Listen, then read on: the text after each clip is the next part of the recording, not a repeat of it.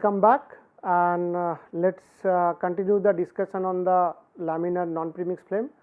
So, we are looking at the jet diffusion flame and doing the detailed analysis and trying to find out the profiles and all these things.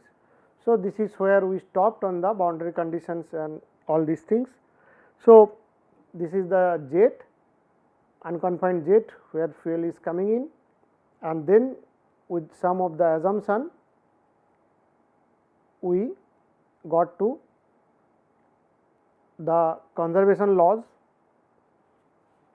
and mass, axial momentum, species, and then we have one from the oxidizer, and then we note down the boundary condition. One of the boundary condition is the along jet center line, and then at the large radius jet center line we have radial velocity is 0 and the derivatives are 0, which is from symmetry. At large radius axial velocity is 0, fuel mass fraction is also 0, and then at the finally we have this jet exit, where we assume the uniform axial velocity and fuel mass fraction and 0 elsewhere else. So, that will get you this boundary condition. Now, the for solution the velocity field can be obtained by assuming the profiles to be similar. Secondly, the intrinsic shape of velocity profile, the intrinsic shape of velocity profile is same everywhere in the flow field.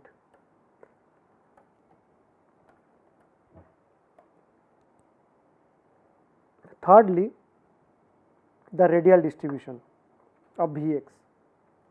So, Vx Rx, the radial distribution of that, which is when normalized with the local center line velocity like this, is an universal function that depends on the only depends on similarity variable, that is r by x. So, this is a standard jet flow. So, the analytical solution exists for this. Solution for the axial velocity is Vx is 3 by 8 pi mu x 1 plus xi square by 4. So, this is for the axial velocity. Now, similarly for radial velocity,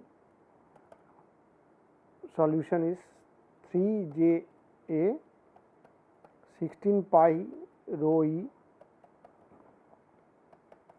1 by x xi minus xi cube by 4 1 plus xi square by 4 to the power whole square. So, J E we have already defined, it is the initial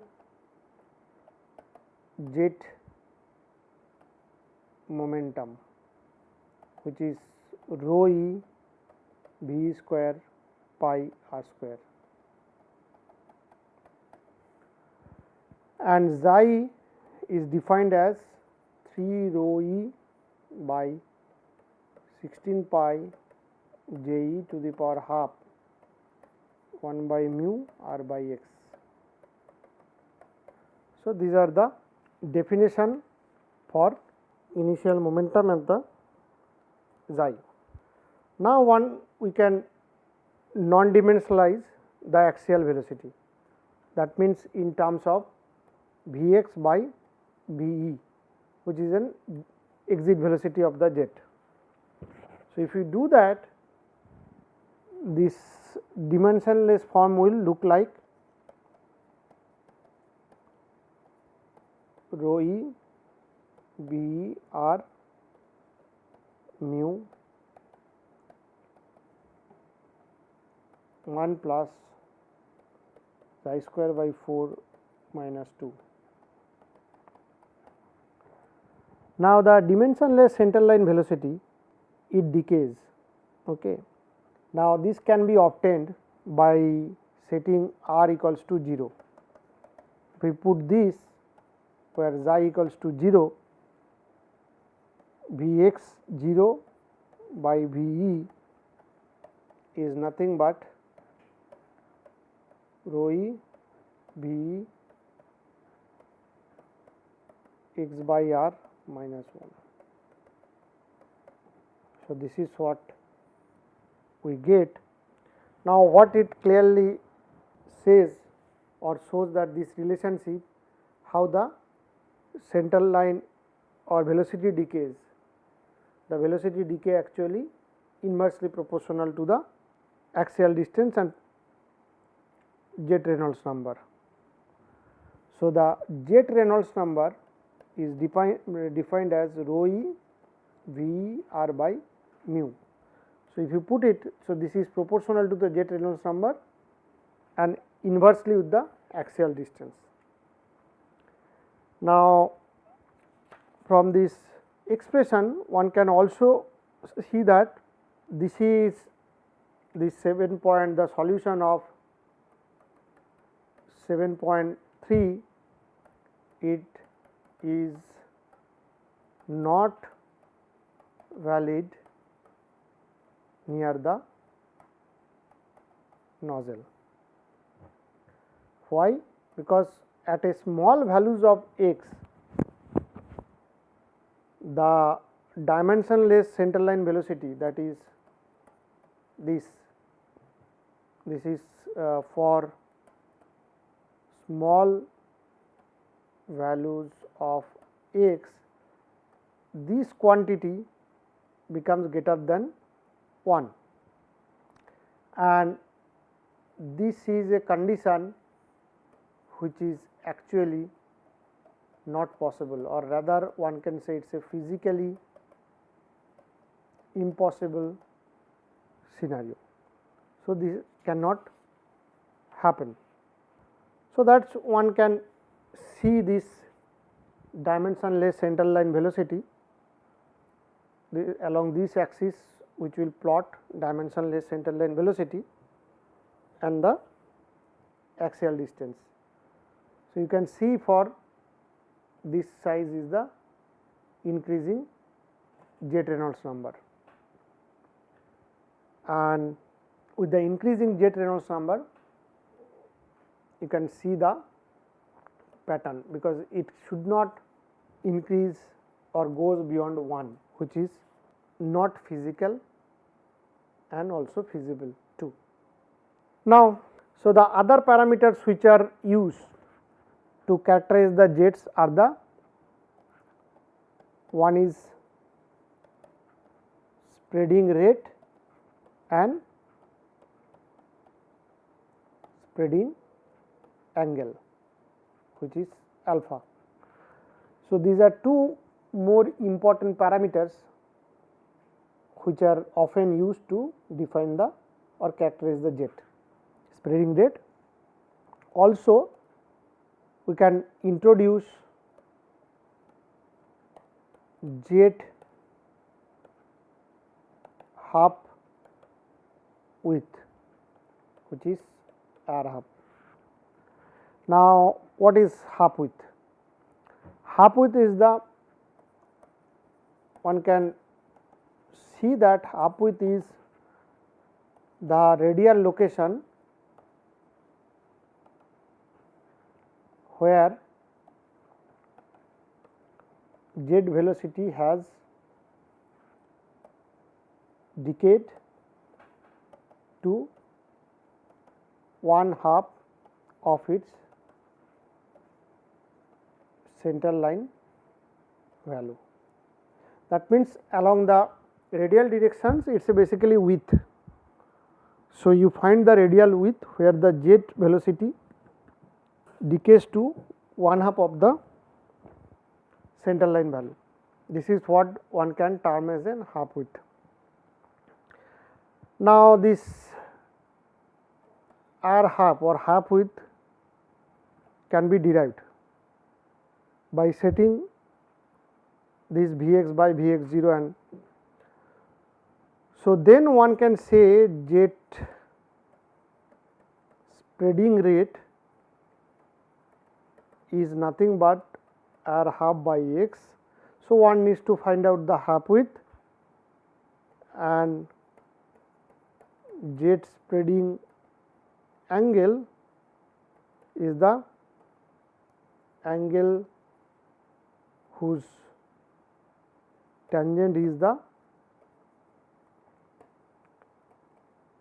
spreading rate. So, jet spreading rate would be r half by x and jet spreading angle would be angle whose tangent is the spreading rate. So, you can see this is our spreading angle,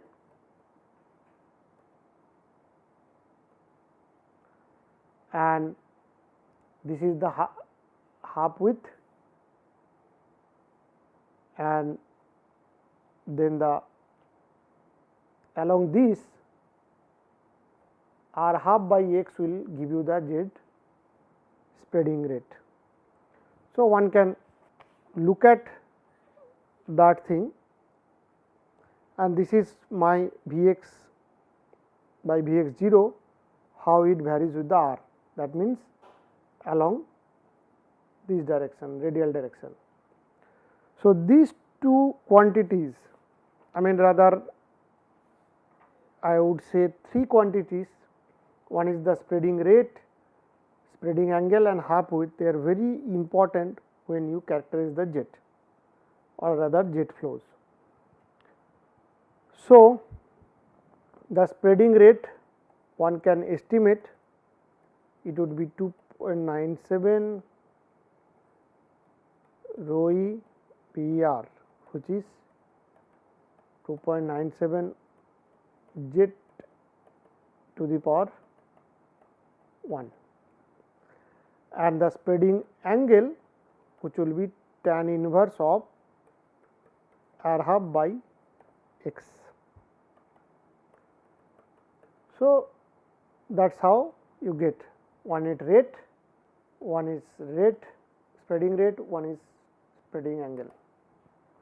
So, at high REJ, that means jet Reynolds number, are narrow, while low REJs are wide, which one can see because this is inversely proportional. So, if you have high REJ and low REJ, you can see the difference between the spreading rate. For a low Reynolds number case, the spreading would be more, for high Reynolds number case, the spreading would be low. That primarily because it is inversely proportional. Now, we also know that when you look at the two equations 7.4 and 7.5, YF plays an same mathematical role as Vx by Vxe. If SC is 1, that is the Smith number, which means nu by d is 1. Now, if that is the situation, we can find out the functional form of the solution for YF. So, the functional form of YF is identical as Vx by Ve. So, we can write YF equals to 3 by 8 pi Qf by dx 1 plus xi square by 4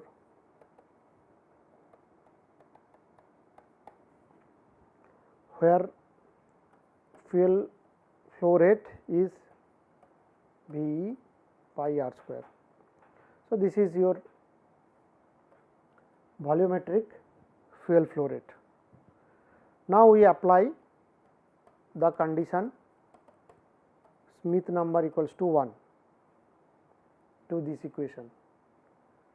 So, that gives back 0.375 Rej minus 1 xi square by 4 .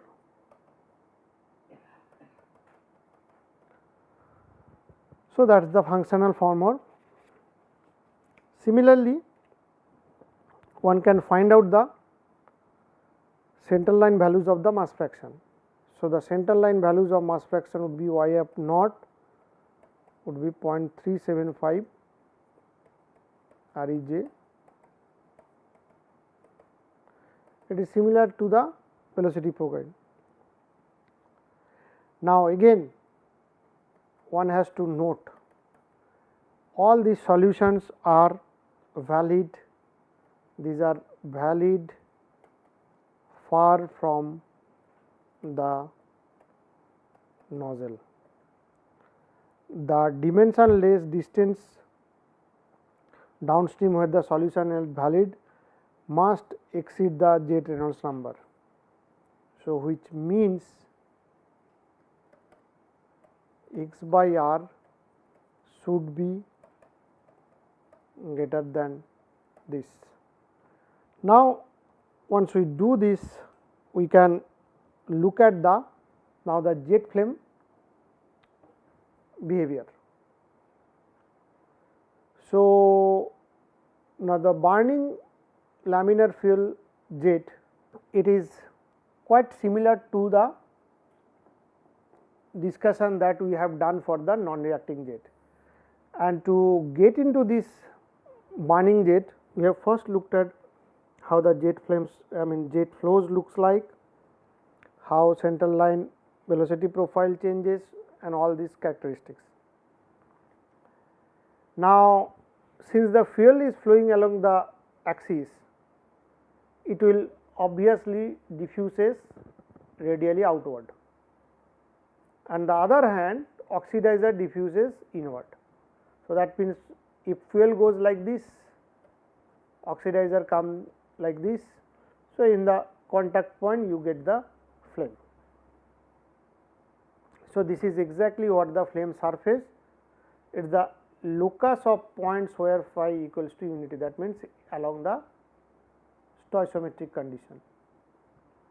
So, when one goes towards outside, one come towards inside. Now, this is the burning jet, this is the jet diameter and jet exit or the nozzle exit, and this dotted line. So, fuel is coming from this side. So, fuel goes like this, oxidizer come from that side. When they meet at a point, that is the locus of the flame surface, and this is the flame surface where it is stoichiometric. Outside of that, this is lean condition because fuel is going from that side. So, it is lean, phi less than 1, within that it is a rich condition. These two lines corresponding to phi greater than 1, and this height is called the flame height. So, this is the flame height. Now, if we look at the temperature profiles at this particular location, and this is at the jet exit location. So, jet exit location, you have a velocity which is uniform, temperature is uniform, fuel mass fraction is also 1, and this is outside the jet, it is all oxidizer. So, that is 1. At this position there is nothing. At a certain downstream location, this is temperature is varying. So, this position corresponding to the location of the radial location of, if we look at here, this goes the R direction and this is the location which corresponding to TA, flame surface. So, this corresponding to that, and this is how my fuel comes down, oxidizer comes down and product forms. Go further downstream, this is my temperature will vary, because now this is exactly at the tip of the flame height. So, this will be the variation of the product and this is the variation of the oxidizer. So, once you have an idea about the evolution of this jet, you can also identify these characteristics and the profiles, how would that look like, and this would also help you to understand lot of laboratory scale burner or the unconfined burners which we use later on for the analysis and see how that evolves and all these things.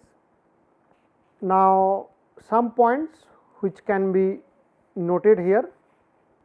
One is that the products which are formed at the flame surface that diffuse radially both inward and outward.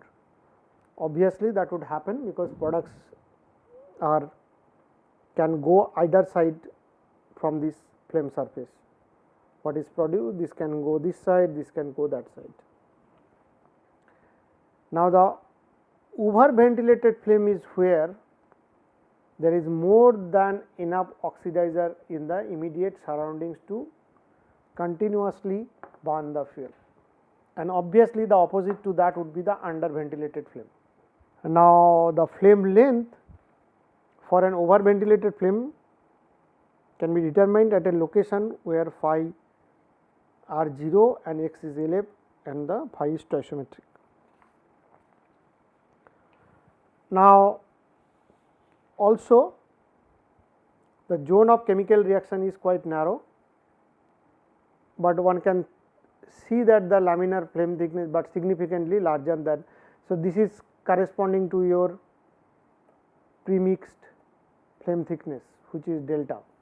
Typically, the premixed flame thickness are quite small and that creates some challenges for the modeler, but in the diffusion case you get a bigger reaction zone. Now, flame temperature distribution also exhibit an annular shape until the tip is reached, and the upper side of that the buoyant forces are quite important. So, what it does, the jet accelerates narrowing the flame, and narrowing the flow increases the fuel concentration gradient. So, that in turn enhances the diffusion, radial diffusion. So, these are some images of flame. This is a nice laminar flame. Obviously, this is not laminar, this is turbulent. This is turbulent, but this is laminar, and one can see clearly the difference between these two flame, and what is quite chaotic in nature here. So, you get different reaction zone, and in this case you get a nice shape. Now, we can ignore the effects of heat release by due to reaction. Then from 7.16 one can get a very crude description of the flame boundary.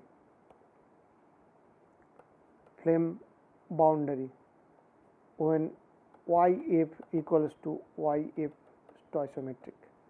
So, this is a very crude description, because what we are ignoring is the effect of the heat release, which is not possible in a realistic situation. In that case, this will boils down to by dx xi square by 4 minus 2.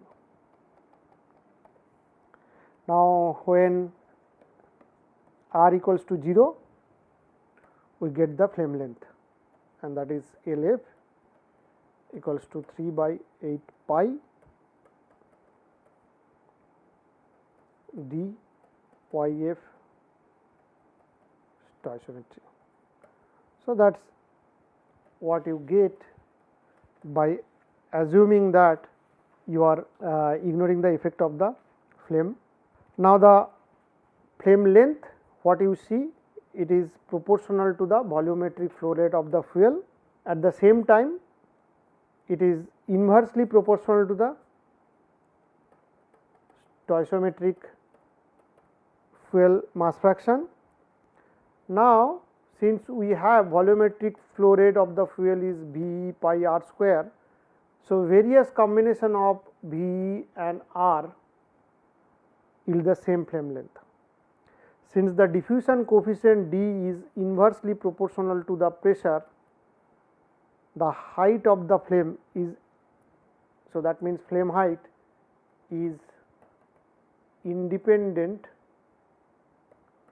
of pressure at given mass flow rate.